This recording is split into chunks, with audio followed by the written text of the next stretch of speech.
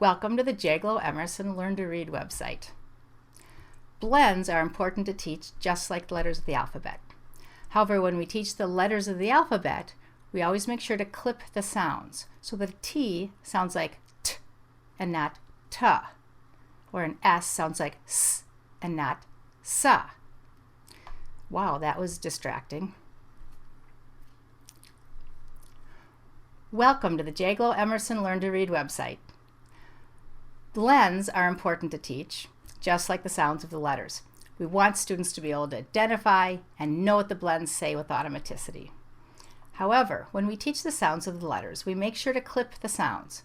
For example, a T will say T and not T. On the other hand, the blends are always followed by a vowel sound. So we add the to the sound of the blends to make it easier to blend the words together. For example, it's easier to blend the word blah-ack, blah-ack, blah-ack, black, than it is to blend bull-ack, bull-ack, bull-ack, bull-ack. For some kids, this will never matter. For some kids, it will matter a lot. Blends. We want the students to be able to read these with automaticity. For example, we want them to go through the poster and be able to say blah, clah, flah, glah, plah, slah, brah, crah, drah, frah, grah, prah, trah, ska, sm, sn, spa, sta, swa, and eventually the three-letter blends: scra, stra, spra, spla, thra. I have included a PowerPoint to support teaching and learning the blends. And in order to use the PowerPoint, you do need to download it. If you watch it, if you look at it just on the Dropbox, the formatting is all wrong and it won't give you piece by piece like the PowerPoint is intended to do. But if you download it, you use the up and down arrows and you can go through the PowerPoint. The first page of the PowerPoint will just look like this, so you know which PowerPoint you're using.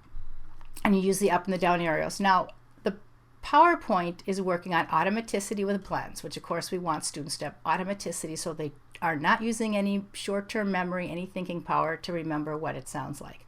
But the other thing this PowerPoint works on is reading words in chunks. People are taught, people study this, not me, but I get to read the studies, and it shows that when people are reading, their eye movements aren't fluid, they're choppy. And the reason is that they're reading in chunks. Good adult readers read sentences in chunks, so we read a few words at a time. If you're reading an unknown word, we also read it in chunks. So we're not separating each letter sound. So if we're reading the word play, we're not reading p, l, a, y, or anything like that. We're just reading the word play, chunks. So this is introducing the idea of chunks. Using the down arrow, I often will put a beat on. A beat is a basic, being able to keep a beat, being able to work on a beat. It helps automaticity, but it's also a basic organizing block, a basic building block to organizing yourself for recognizing patterns, for understanding time. So I'll often use beats with automaticity skills.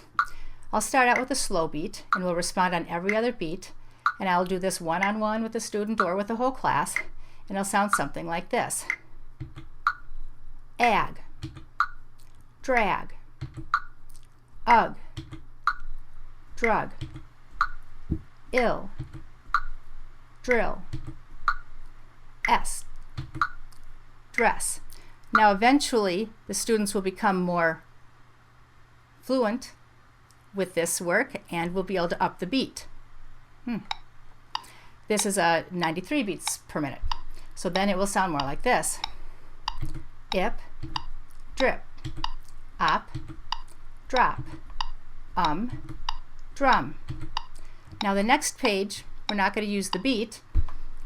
I want the students to read the whole words, but still the words are clearly delineated as two chunks.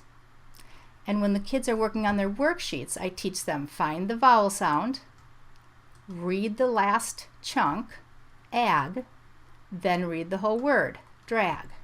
So their worksheets also should look like this, where the second half of the word is a different color than the first half of the word.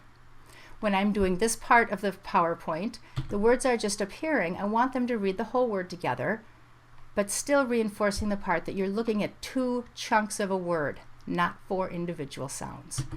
So that's the next part of this PowerPoint. Again, just going through the down arrow goes through it. So thank you for coming to the J. Glow Emerson Learn to Read website. Hope this is helpful. Have fun with blends.